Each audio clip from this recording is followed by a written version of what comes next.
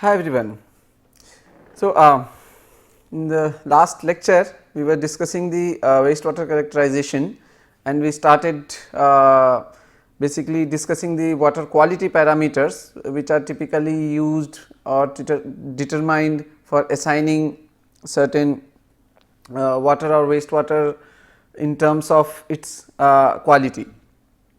We did discuss a few parameters in the previous lecture. We will continue those discussions. So, the next parameter that we are going to discuss is turbidity. Turbidity actually is an optical characteristic or optical property which in general terms describe how much the clear the water is or what is the haziness in the water.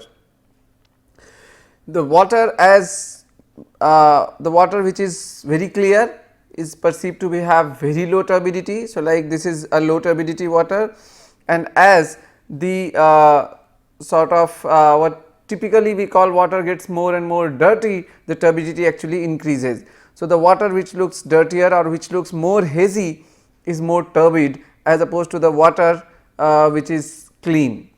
Okay. Turbidity is typically caused by the presence of very fine suspended particles, and these particles are generally not filterable by routine methods. So, the things you can see here, this water which is far more clear is not having too much of suspended particles. Here there are very fine suspended particles, the concentrations keeps on increasing and the turbidity keeps on increasing that way. So, that is what turbidity is. The existence of turbidity in water actually affects its acceptability to consumers. The water which is looking more turbid, people will not be happy to accept that water for their domestic uses. Okay. A little turbid water may be okay for irrigation purpose for say, okay, but for industrial applications or for domestic applications one needs a low turbidity water. Okay.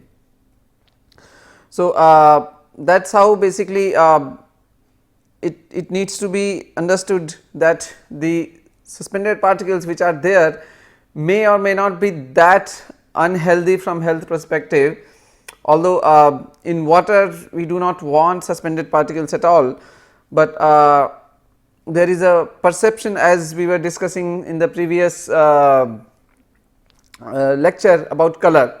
Okay. So, color also has more to do with the perception.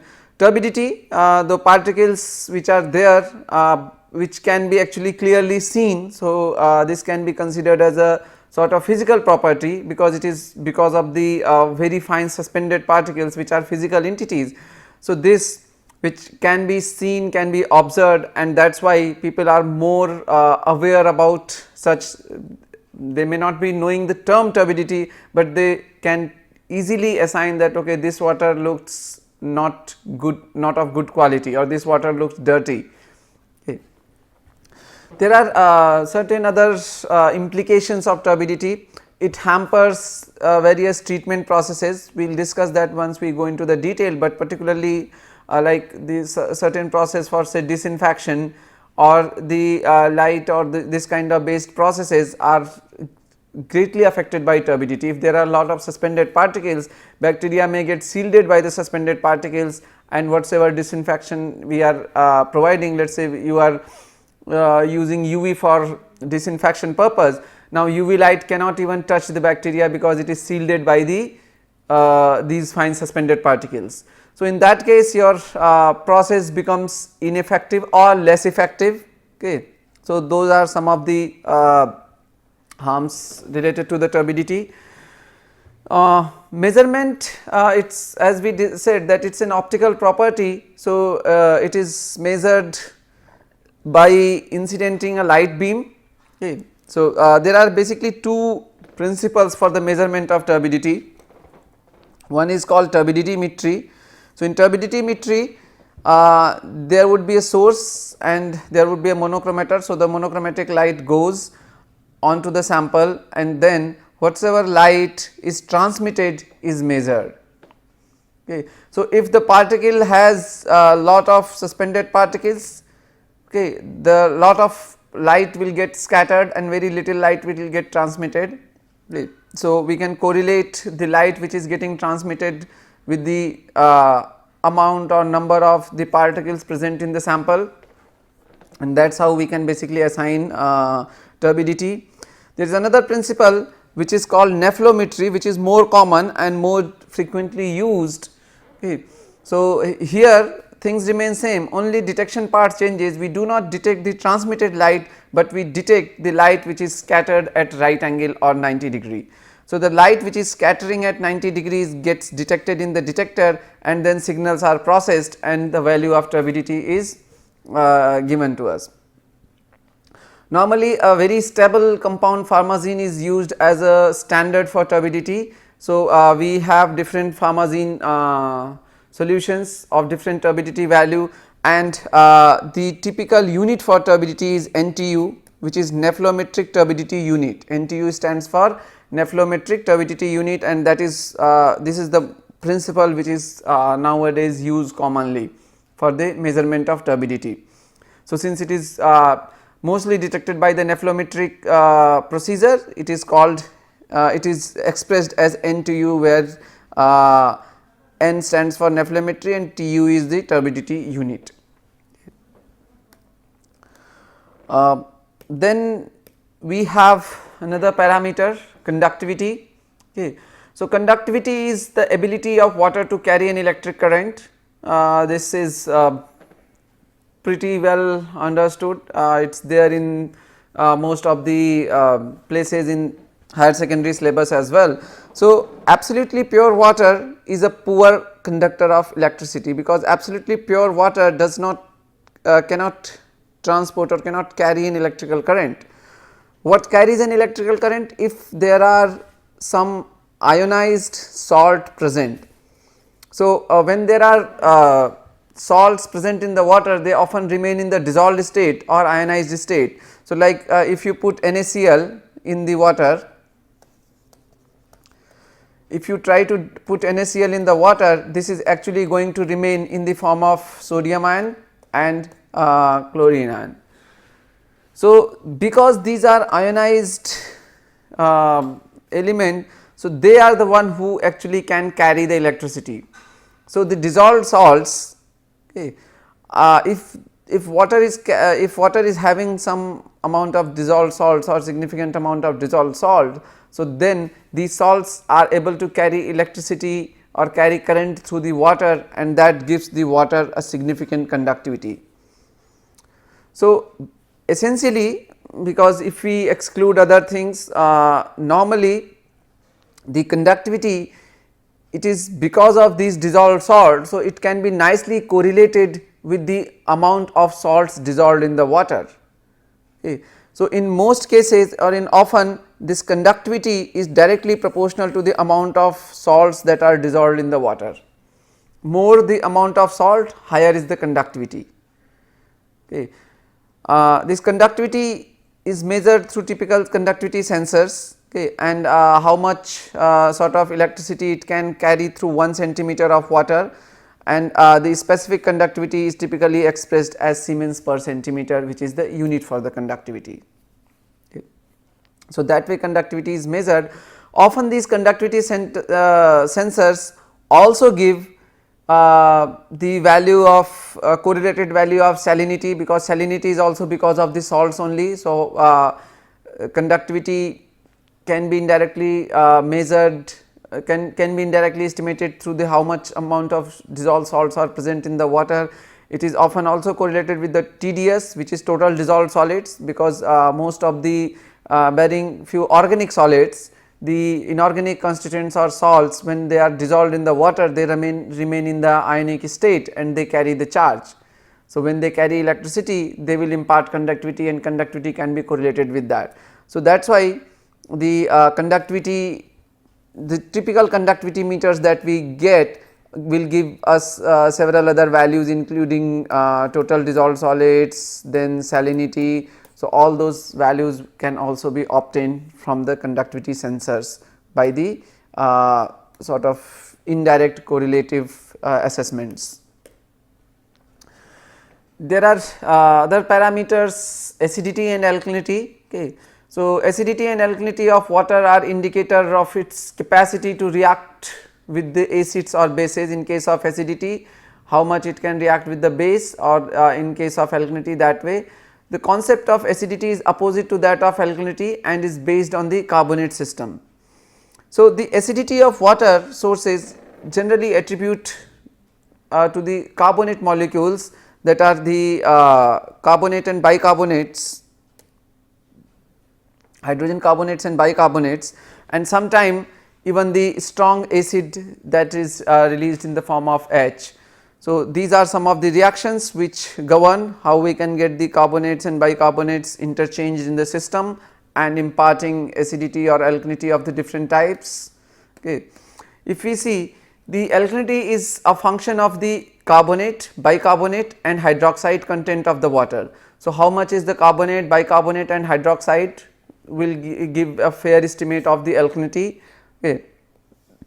When there is a mostly acidic carbonate molecules in the solution, so carbonate, bicarbonate or hydrogen ion, the pH corresponds to the acidic range. So, that is less than 7. If carbonate molecules in the solution are mostly in the bicarbonate or these ions, the pH corresponds to the basic range. Now, alkalinity, normally there is a perception that above pH 7 the solution is alkaline, or below pH 7 the solution is acidic, but when we estimate alkalinity and acidity, it is not that way, means because it is the presence of these ions which actually imparts acidity or alkalinity to the system. Okay. So, based on to what pH these ions can exist, we have to determine the acidity or alkalinity up to that range.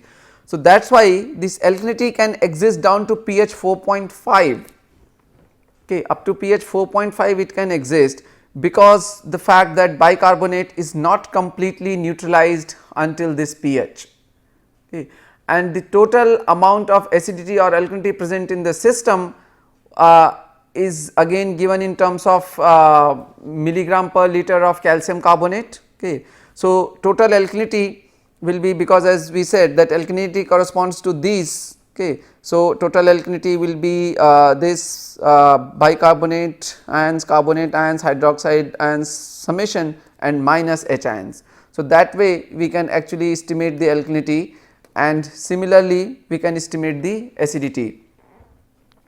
The acidity of water is determined by titration with sodium hydroxide solution. Okay. This typically is like, depending on the starting point, there are two end points. Okay. So, if our starting point is below say 4.5, then our first end point is 4.5, which is called methyl orange end point, okay, and that measures the mineral acidity. So, when we titrate it with sodium hydroxide solutions, so amount of sodium hydroxide consumed to bring the pH up to 4.5 or methyl orange end point, means if we add methyl orange it changes color at 4.5. So, up to 4.5, that amount is when that is represented as milligram per liter as CaCO3, that is referred as mineral acidity, while if we keep on further titrating it till the pH 8.3, which is phenolphthalein end point, this is what measures the total acidity.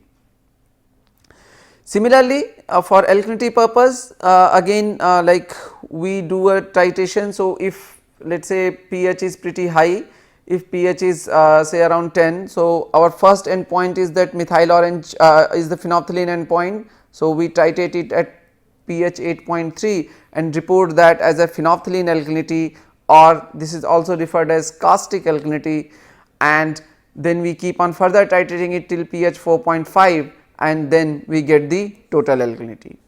So, if our sample is having let us say a pH of 7 for say, okay, and we want to determine the total acidity and total alkalinity. So, for alkalinity purpose we cannot bring it down to 8.5 by adding the standard acid, okay, it is already below 8.3. So, from 7 we will titrate it to 4.5 and report that as the total alkalinity, whereas phenolphthalein alkalinity or caustic alkalinity in that system is 0.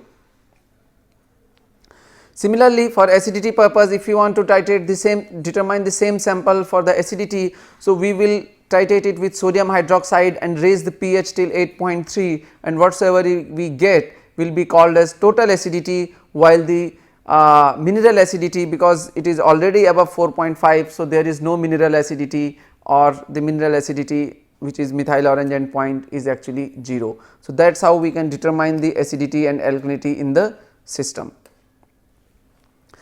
The another quality parameter is hardness, okay, which is caused by the presence of calcium and magnesium ions. These calcium and magnesium ions could be present as bicarbonate or what we call hydrogen carbonate. Okay, so it could be there is calcium bicarbonate or magnesium bicarbonate could be there. It could be present in other forms also, like in the form of sulfates, chlorides, okay, or even nitrates. So, based on which form these calcium and magnesium ions are, we assign the hardness, whether it is a temporary hardness or permanent hardness. The temporary hardness is actually due to the bicarbonates of calcium and magnesium, and when we boil, actually this temporary hardness can go up, whereas permanent hardness is because of the other ions, sulfate, chloride and nitrate ions of calcium and magnesium. So, that is what gives the permanent hardness, which is not that easy to remove. So, if we see the alkalinity, we already discussed, could be because of bicarbonates or could be because of carbonates, okay, and hardness is because of calcium and magnesium ion. So, when this calcium and magnesium ions are with the carbonate or bicarbonates, they form calcium carbonate and calcium bicarbonate. Okay. When these bicarbonates similarly with magnesium, it forms magnesium carbonate and magnesium bicarbonate, and this way the alkalinity and hardness can be basically linked or correlated. Now, if we sort of want to estimate or calculate the hardness of the system, okay, there is a EDTA titration procedure through which we can actually get the hardness, okay, idea of how much calcium ion present in the system through complexation process. However, this is standard high school chemistry is there.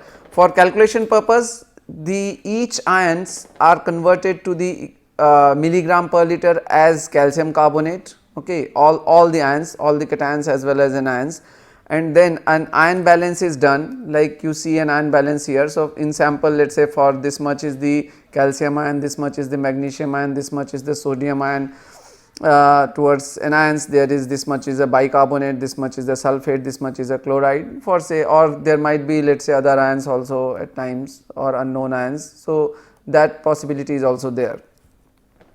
Now, once this ion balance is done, we can actually estimate the equivalence of calcium and magnesium and calculate or express the hardness as CaCO3. So, all these are expressed as a CaCO3.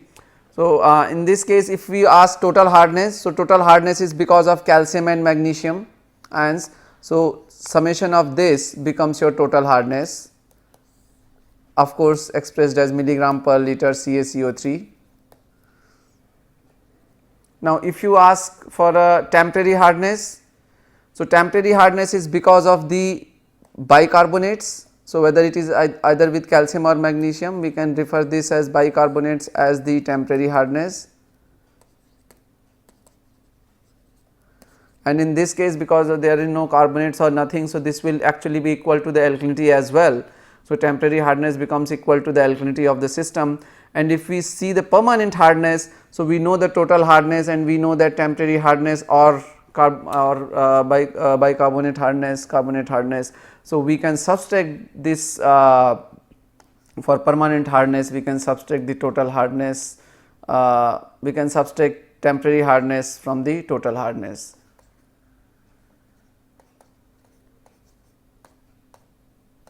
So, that will give us the permanent hardness. Okay. Based on hardness, the water can be sort of categorized in different groups. So, if it is there are US norms, there are other international norms, different agencies, different countries can have their own norms as well. So, internationally less than 50 is considered soft, from 51 to 100 is considered moderately soft, from 100 to 150 it is slightly hard, from 151 to 200 it is moderately hard, greater than 200 up to 300 it is hard, and greater than 300 it is very hard. Okay. US have their own classification of course. Then we have another parameter which is dissolved oxygen. Okay. So, the water or wastewater streams both produces as well as consumes oxygen. Now, the oxygen is gained, how oxygen comes into the water body? It comes through the phase transfer, that is the prime way of getting oxygen into the streams. So, we have our rivers flowing, they are exposed to the atmosphere, there is oxygen in the atmosphere. So, by Henry's law, the oxygen remains in the equilibrium. So, oxygen will actually, some of the atmospheric oxygen will transfer into the water through the interface of through this air water interface, and that is how the atmospheric oxygen comes into the water phase and remains soluble in the water, which is typically referred as dissolved oxygen. The another route of getting oxygen in the water is photosynthesis. So, the aquatic plants, the plants which are there in the water, they do photosynthesis activities, and in the process they produce oxygen, and since they are in the water, so oxygen is produced within the water and it gets dissolved in the water. So, that is another way through which oxygen can come into the system. However, there has to be basically plant, algae or this kind of things present for photosynthesis. Normally in flowing water in river, there are not much of these vegetative things are present in the system, and that is why this route of the oxygen inflow to the water is have very little contribution. The major way through which the flowing water or rivers get oxygen is through the atmospheric oxygen transfer. Now, how oxygen gets consumed? Oxygen can be consumed by the respiration of the aquatic animals, okay, or the decomposition of various organic matters, okay, various chemical reactions that consume dissolved oxygen in the water. So, the chemical reactions which consumes oxygen will consume certain amount of oxygen, the decomposition of organic matter consumes oxygen. So, that will be consuming lot of oxygen from the water, okay. And of course, the respiration of the aquatic animals, if there are any, so that will do some consumption of the oxygen. Now, so there are ways through which oxygen comes in the water, and there are ways through which oxygen goes out of the water. At any given particular point of time, what is the level of oxygen dissolved in the water is typically referred as dissolved oxygen. So, dissolved oxygen is the oxygen which is dissolved in the water. Now, natural stream purification process needs adequate amount of oxygen level. Why? Because natural streams, how natural streams get purified? There are inherent aerobic life forms, there are inherent aerobic microorganisms present in the water, and when there are organic matter comes in the form of waste in the, let us say you are disposing somebody is disposing a city's sewage into a river. Now, what happens when that sewage enters the river? Sewage is carrying lot of pollutant and organic pollutant also along with it, because our domestic sewage carries significant amount of organic matter, and industrial sewage is even higher.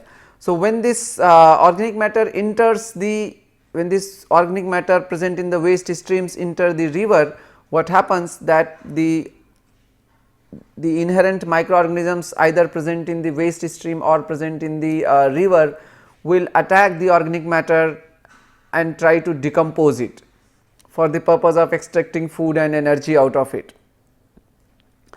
We will talk about the detailed process later on, but quickly. So, in that process they need oxygen. and they need oxygen, so they consume oxygen. That is what we said, that decomposition of organic matter is also a way of consumption of the oxygen. So, in the process they consume oxygen, and your waste is, your natural stream should have sufficient or adequate amount of oxygen level present, so that they can utilize that oxygen, otherwise they will not be able to degrade these compounds, and if they are not able to degrade these compounds, the natural stream purification process hampers. Okay. The dissolved oxygen level in water should be adequate. The level should actually be generally higher than 4 for aquatic life survival. Below 4 the aquatic life comes under stress, and if DO level decreases up to 1 to 2 milligram per liter for even a few hours, it can result in a large fish kills, because fishes do their respiration based on the dissolved oxygen. Okay. For us, for our breathing in, for our respiration, atmospheric oxygen is the source, but for aquatic cultures the oxygen which is dissolved in the water is the source, and if that oxygen depletes, they will not get oxygen for their respiration or breathing in, and that leads to basically very severe detrimental effect on the population. If you see the measurement of oxygen, there are some traditional methods like Winkler methods, which is a titration based method, a chemical method. So, in Winkler methods, basically it involves that we fill this sample bottle completely with the water. There should not be any air left in the water for biasing the test, okay, because we are trying to measure here the oxygen dissolved in the water. So, for that a particular bottle which is typically referred as BOD bottle comes, and this bottle is used. It typically has a neck like this, so that a cap can be fitting in here very nicely and preventing any air entry into it. So, when we sample for dissolved oxygen, we fill this bottle right till the neck, and then we put the cap so that a little water can spill from here, that is fine, but there should not be any air bubble or any air in this. We are trying to monitor this oxygen dissolved in the liquid, and if we leave some air space for say here, so then it is going to the concentration in liquid is going to change, because there will be exchange with the air. So, we will not be able to get the actual concentration in the water. So, that is why it is felt to the neck. Then it is fixed dissolved oxygen typically using a series of reagents that sort of form an acid, and which is later on titrated. Titration involves drop by drop addition that neutralize the acid compounds and change the color of the solution. The point at which the color changes, that is end point, is actually the equivalent to the amount of oxygen dissolved in the sample. Okay. The sample is usually fixed and titrated at the spot, because we should not allow any form of oxygen entry in here and there. So, if we can titrate this sample as fast as possible, or even in the field, that is the best way. Even if not, that it is possible, like it is not possible many times to carry this titration equipments or this kind of laboratory setups to the field. So, that is possible that we can go fix the sample in the field itself. The fixing part is must, and that should be done immediately as we sample. Why? Because if we do not fix, there are microorganisms, there are other things, so they will keep on consuming the oxygen, and the dissolved oxygen level in the water will keep on changing. So, that is why we, as soon as we take the sample, we fixed it with the fixative reagents and put it in the acidic condition, so that all microbial activities are stopped. We prevent any contact from the air, okay, and that is how the samples are fixed, and then if it is fixed, we can bring it to laboratory and we can analyze it there. So, this is a typical titration method, Winkler method, which has been which was under use for a very large period of time. There have been several modifications came for this method, okay, and one of the most popular modification was agide Winkler method, where an agide reagents were added in order to compensate for the interference from the iodine present. Okay. So, that way like it was traditionally used to be monitored in the laboratory. This is a schematic of how the procedure was there. We take the sample, we fill it with the sample first, then we add certain reagents. So, 1 ml magnesium sulphate is added, 1 ml alkali azide is added, this is azide modified method, okay. And then we replace the cap, we add 1 ml sulfuric acid in order to drop the pH and control all possible in any possible microbial activity. We replace the stopper, shake it completely and then titrate it sample, then add a starch indicator and titrate until the color is cleared. So, that is how we were able to determine the amount of oxygen present in the water. However, these days these methods are not that used, and actually the meters and probes have come which are far more handy for uses. So, currently the most popular method for DO measurement is based on the meters and sensors. So, we have probes and sensors like this, okay, and connected to typically a handheld or a tabletop devices. The sensors could be of optical or could be electrochemical. In electrochemical, further we have 2-3 different type of sensors, okay, the galvanic based sensor, and then there are like couple of different type of sensors, and then there are optical sensors. So, these sensors measure temperature as well and give analog output, as well as these days we have smart sensor platforms on which we can get the digital output also in the milligram per liter, which is a unit of dissolved oxygen, okay.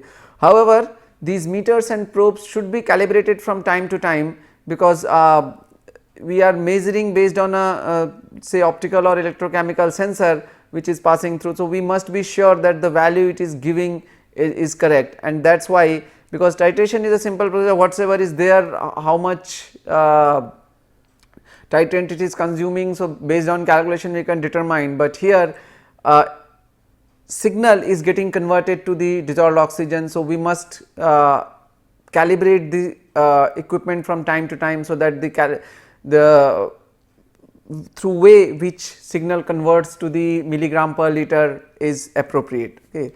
So, that kind of that is very important precautions for using such meters. Now, if you look at the fluctuations in the dissolved oxygen, DO levels fluctuate seasonally and over a 24-hour period, okay. So, in season to season there will be fluctuation, and within a day also there is a lot of fluctuation. Why there is fluctuation? Because it varies at the temperature, it varies at the altitude, it varies at the sort of what kind of biochemical processes taking place within the water. So, cold water holds more oxygen typically, and warm water will hold lesser oxygen. Similarly, the sort of water which is at higher altitude, because of the pressure, will hold less oxygen as opposed to the water which is at lower altitude, okay. The aquatic animals which are most vulnerable to lower dissolved oxygen, particularly in the early morning on hot summer days, because the stream flows are low. On summer days we know that rivers run very narrow or very little flow is there, and that results in the water temperature are high. So, when water temperature is high, the dissolved oxygen or saturation dissolved oxygen level itself is low, and then the aquatic plant sort of have not been producing oxygen because of the sunset. So, what happens during the daytime, since photosynthesis occurs, if there are significant aquatic plants and all that. So, if photosynthesis is occurring, the oxygen is getting produced in the system, and that is why many times if you see, if you sample a dissolved oxygen in a river at 3 p.m, you will see very high level of dissolved oxygen. If you sample at 3 a.m. in the morning, in the night time there will not be any photosynthesis, so you will see much less dissolved oxygen level. In sort of water courses, the shallower streams, smaller streams, DO changes more horizontally as opposed to the vertically, because in vertically it becomes sort of well mixed system, but if it is a very larger or deeper rivers, so then there is a possibility of vertical stratification, means DO could vary vertically as well.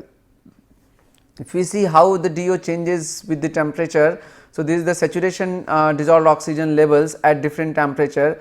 So at around 0 degree water, the saturation dissolved oxygen level is 15 milligram per liter. At around normal temperature, say around 25 degrees Celsius or 20 degrees Celsius, so at 20 degrees Celsius it is 9.07 or 9.08 kind of that. At 25 it is 8.25, and as the temperature increases at 40 degree, you will see the the saturation oxygen level is 6.41 only. Okay. So as it is a function of temperature, okay, and it is a function of altitude, function of lot many other things, and dissolved oxygen is one of the very critical and important parameters of the water quality estimation. Just by measuring the dissolved oxygen in a river, it may not be it is actually not a very important parameter for drinking purpose, but for natural waters, if we see a water which is exposed to the atmosphere and still having low dissolved oxygen level, that means it is a polluted water, because there are certain organic matter present in the system which are consuming the dissolved oxygen, which should not be there. Okay.